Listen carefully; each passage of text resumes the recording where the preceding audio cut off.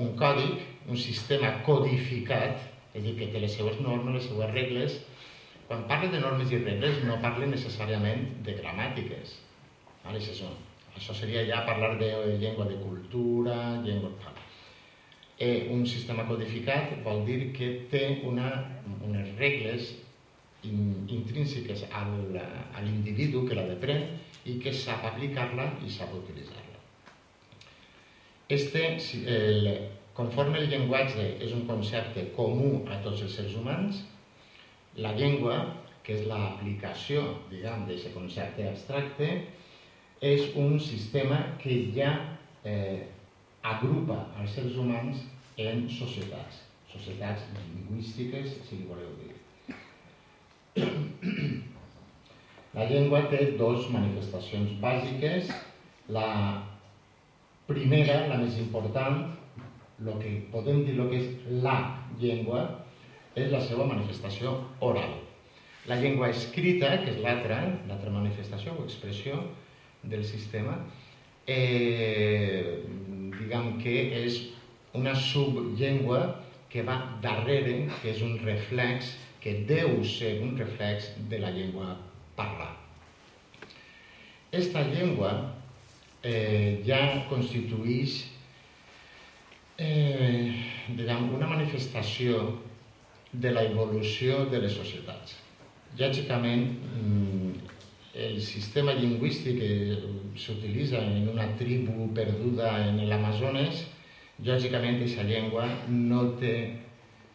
Anem a veure, no vull utilitzar prejuïts, alerta que no estic entrant en un terreny de prejuïts. Anem a veure com dir-ho per a que no soni mal. Les llengües tribals són sistemes que estan acoplats a les necessitats del grup social al qual serveix, lògicament. Clar, si en aquestes tribus no hi ha ordenadors o no hi ha un muntó de mitjos o de necessitats que tenim, per exemple, en les societats de cultura o de primera línia, lògicament és un sistema lingüístic més reduït, entre cometes. De fet, és molt curiós, estic recordant en aquests moments, és molt curiós com la llengua serveix per a discriminar. No recordo en quina tribu de Brasil, les mares parlaven una llengua, els pares una altra. I les mares ensenyaven al fill, si era mascle, la llengua del pare. I si era femella, ensenyaven la seva pròpia llengua. De manera que, en teoria, s'impedia la comunicació entre mascles i femelles que no formaren part de la mateixa família. Molt divertit, hauria de ser això. Però cridar l'atenció per a que vegeu lo important que és la llengua. La llengua és un sistema també de discriminació i està contínuament associat al poder, conforme veurem després. El tercer nivell és el de la parla. La parla és l'acte concret d'utilitzar aquesta llengua que hem pres gràcies a la nostra capacitat de comunicar-nos. M'esteu seguint en l'escalafó? La parla, jo ara estic utilitzant la parla perquè estic realitzant un acte de comunicació concret, real, i per a aquesta parla que jo estic utilitzant,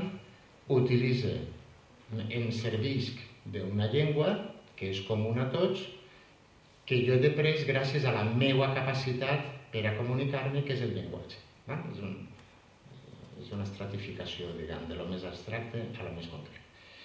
La parla, segons la perspectiva des d'on l'estudies, pot donar o pot provocar l'aparició de tres xicotets conceptes. A nivell individual, s'aplega a aquests nivells, és a dir, jo no parlo igual que Joan o igual que Manolo, cadascú parla d'una manera diferent. Tenim certes peculiaritats individuals degut a un fum de coses, no? A la formació de cadascú, a les preferències de cadascú, no sé, a l'aparat fonador de cadascú. Això es denomina idiolecte. Després, això seria a nivell individual, a nivell social, el sociolecte, que seria la parla que utilitza cada classe social, que és diferent d'una a una altra, i a nivell horitzontal el dialecte, que és a nivell horitzontal, geogràfic. Per lo que passa, no? No parlen igual en Castelló que en València o en la Marina. Aquests conceptes ja me donen la possibilitat per a accedir ja directament a parlar, que és el que més m'interessava, de la relació entre la llengua, la societat, el poder, l'ortografia. Des del mateix moment en què l'home deixa de ser un animal irracional, va evolucionant cap a una sociabilització. L'home és un animal que no pot viure a soles.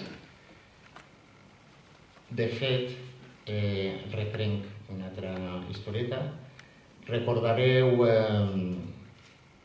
una pel·lícula de Truffaut, El pequeño salvaje, es titulava. Era la història d'un xiquet que havien trobat abandonat en la selva, un poc la història de Tarzan, diguem, però era real, era verídica. Se trobaren un xiquet que s'havia sigut criat per llops i el xiquet el seu aparat fonador no el tenia preparat, no l'havia desenrotllat, perquè el desenrotllem. És a dir, nosaltres tenim capacitats per a utilitzar-lo, però per a poder utilitzar-lo l'hem de desenrotllar. Com? De xicotets.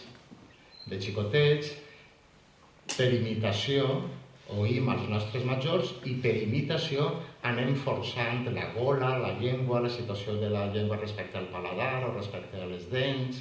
Anem fent els jocs que oïm als nostres majors i finalment produïm els mateixos sons que produeixen els nostres majors. Junt a aquests sons es combinen entre ells, formen paraules i les paraules combinades entre elles formen oracions per a finalment comunicar-nos.